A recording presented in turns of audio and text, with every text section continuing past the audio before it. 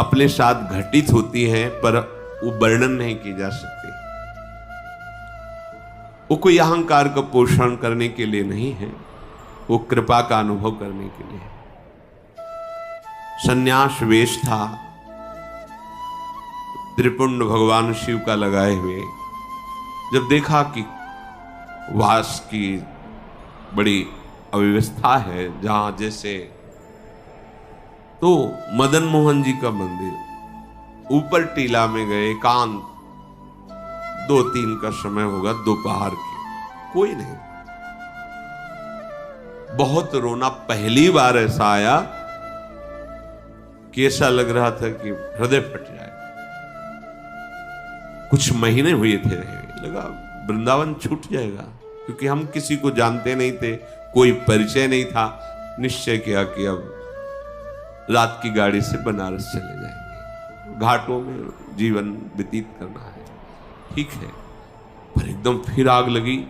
अभी कोई वैष्णव दीक्षा या कोई ऐसा विधान नहीं, पूरे सन्यासी मन में फिर एकदम कि हमें कैसे वृंदावन में, एकदम याद आई कि लाडली जी का वृंदावन, अगर वो चाहें तो वृंदावन।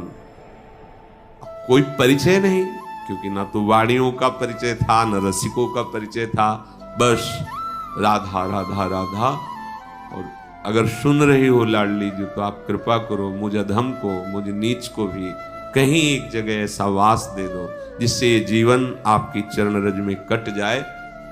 बहुत विकल होकर रुके, कोई उत्तर नहीं मिला, निराश हो गए। नीचे उतरे कि आज रात की गाड़ी से वापस चले जाएंगे। नीचे उतरे,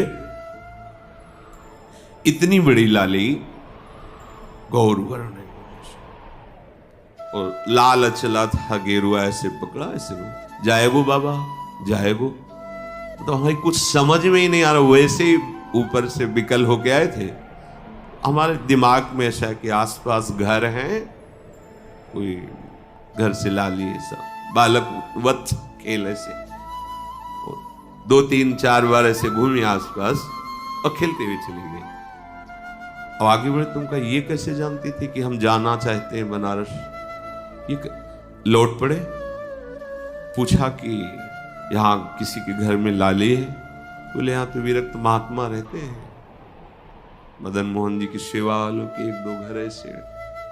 बस एकदम मन में आया कि मैं जो लाडली जी से जो विनय कर रहा था, मेरी लाडली जी से वो दिन। ये ऐसा ना समझे कि तुम्हारी बात वो सुन नहीं रही, पर तुम्हारा कोई और आश्रय है तो तुम्हें उत्तर मिलने में देर लगेगी। अगर कोई आश्रय नहीं तो वह नीचे उतरे थे और आश्चर्य में व्यवस्था, आश्चर्य में वहां पहुंचे जहां आश्रम में रहते थे। एक संत खड़े थे, वाह बाबा परिक्रमा करते हुए, ऐसे सहज में कोई परिचय नहीं मिलते। उन्होंने कहा कि अगर वो रहना चाहें तो एकांत स्थान है यहाँ, और ऐसा गौशाला है पास में, एकांत को ये